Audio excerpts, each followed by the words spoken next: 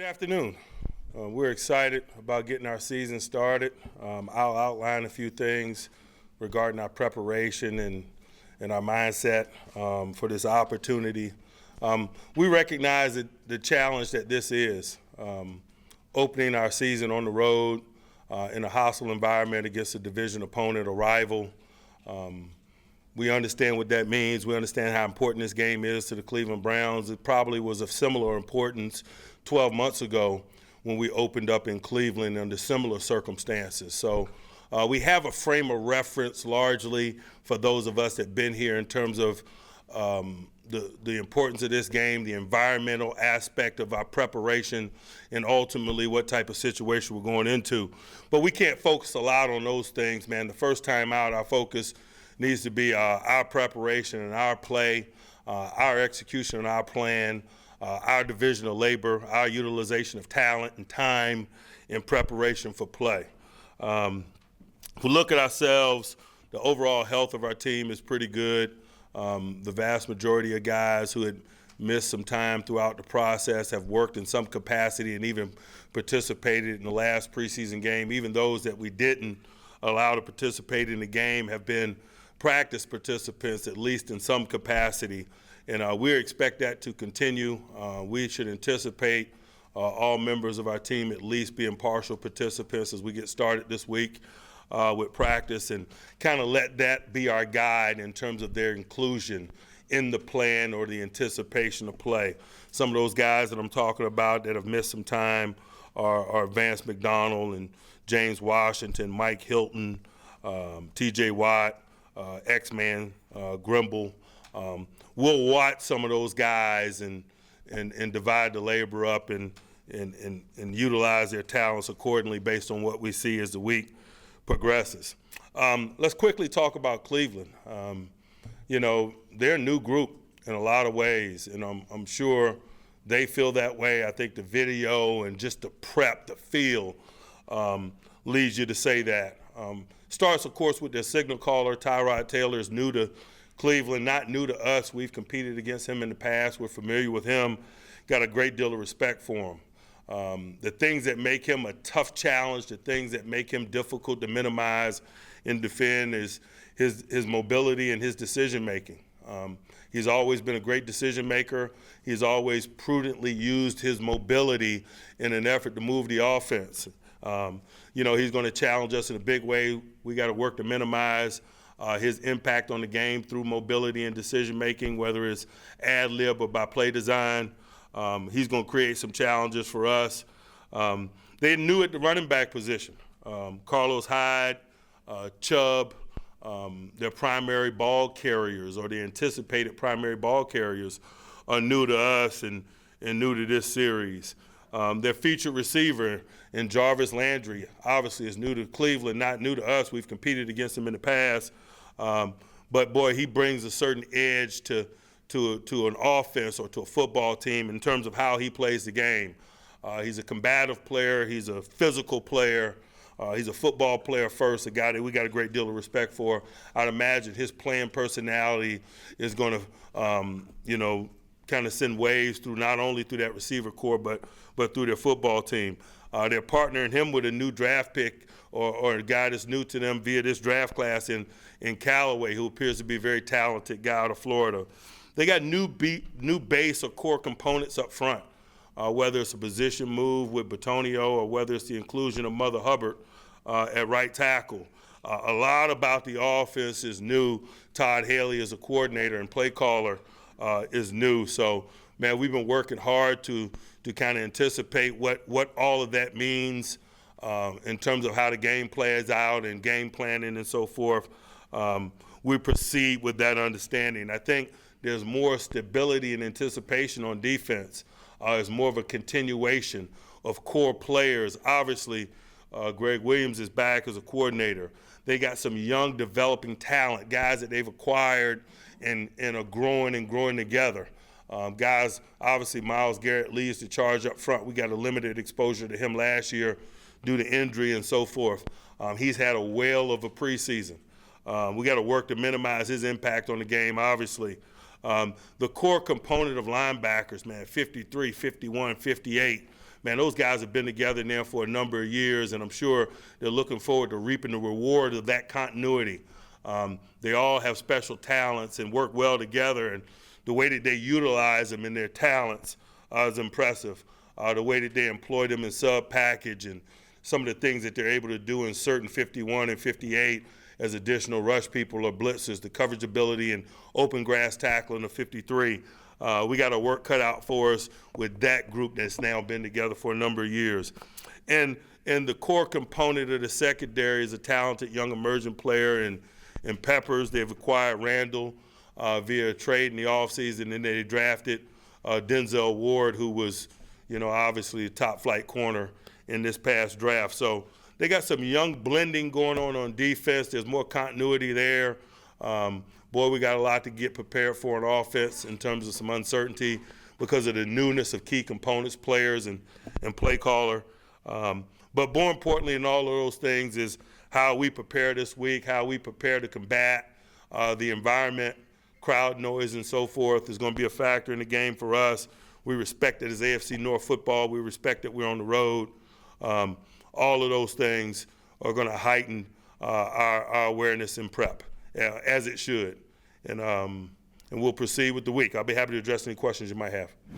Do you expect Le'Veon Bell to be here tomorrow? I hadn't thought about it. We'll see. Much like I've told you guys throughout this process, when he gets here, that's when we'll start quantifying all Le'Veon Bell-related things, his overall readiness, the amount of time that we have between his arrival and our next competition, et cetera, et cetera.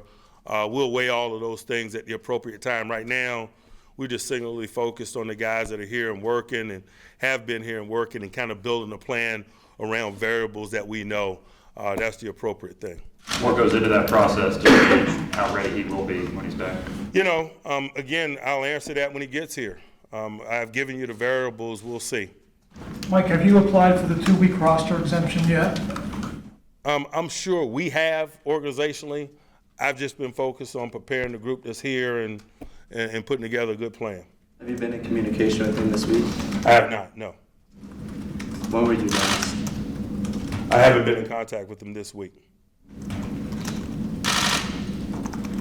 Mike, in terms of you talked about the kind of the unknown with Cleveland's personnel, and there's really no book on Randy Fichtner in terms of what he does as an offensive coordinator, other than the fact that the offense that I like that.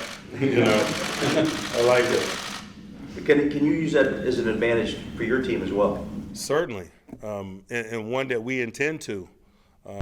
I think sometimes there's challenges that come with transition. There's also benefits or unintended consequences, and not being able to anticipate his rhythms, his nuances, or the things that he holds near and dear is part of the advantage of the transition.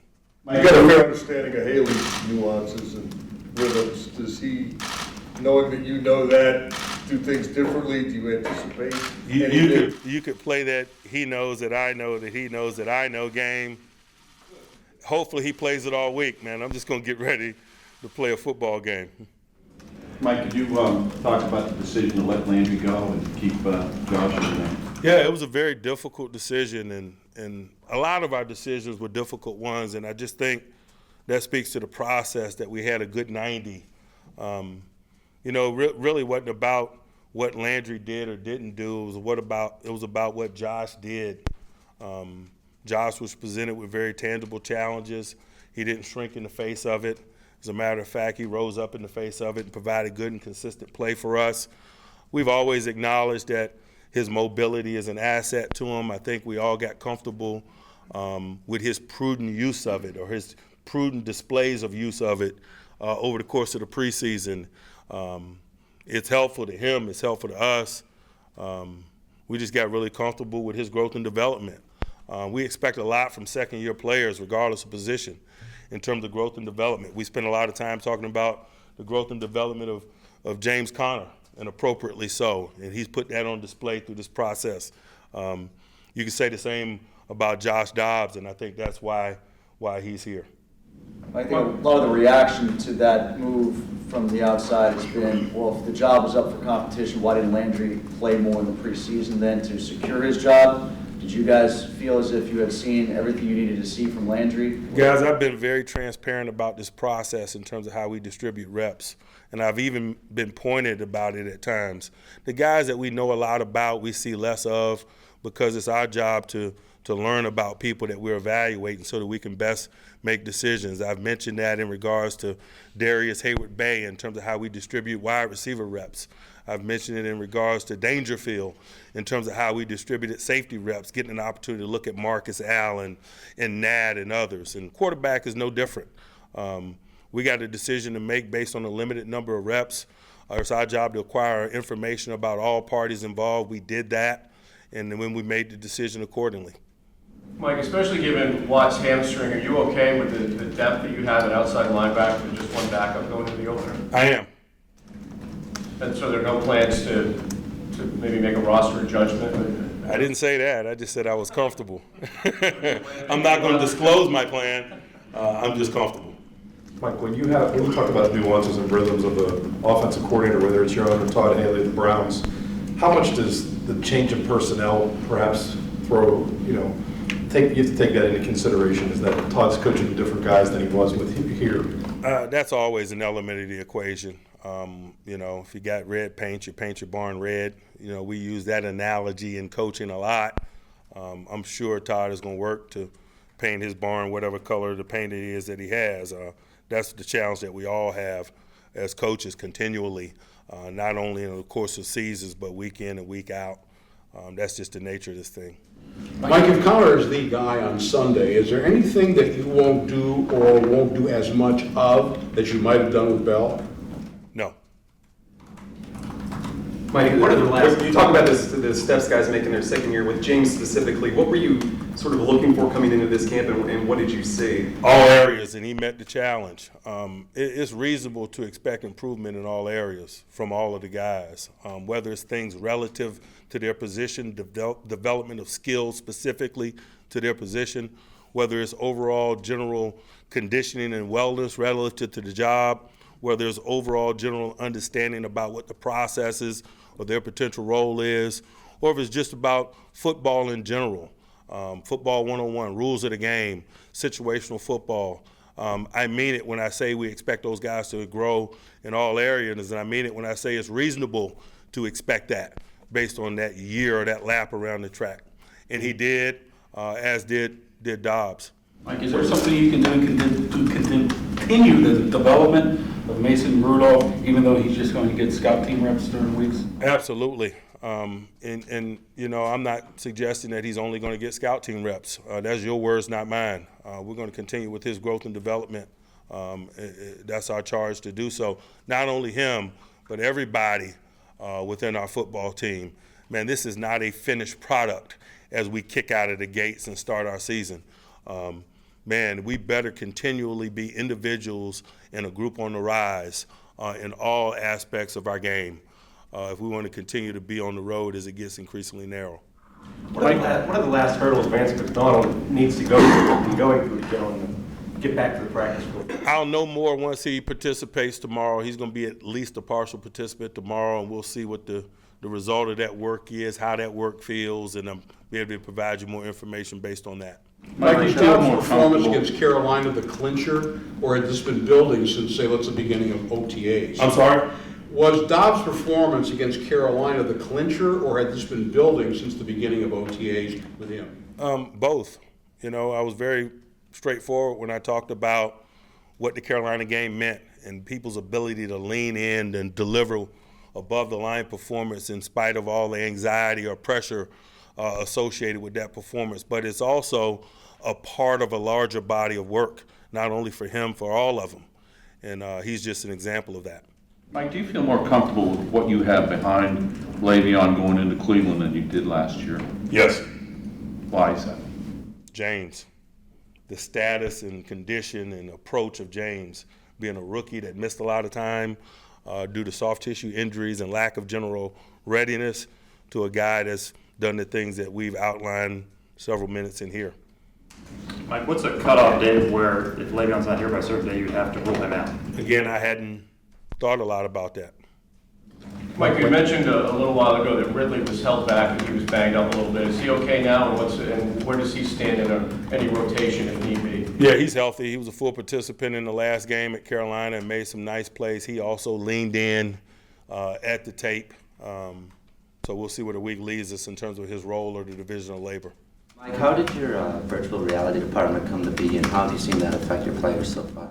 I think we'll continually answer that, not only as we go through this season, but in the years to come. How we infuse technology and the use of into our game will define all of us in the years to come. I think the game is continually evolving. I think technology's use within the game is continually evolving, and that's just an example of us keeping pace. Mike, when you have a team that's your week one opponent is on a show like Hard Knocks, what, if anything, can you glean from that to use for your preparation?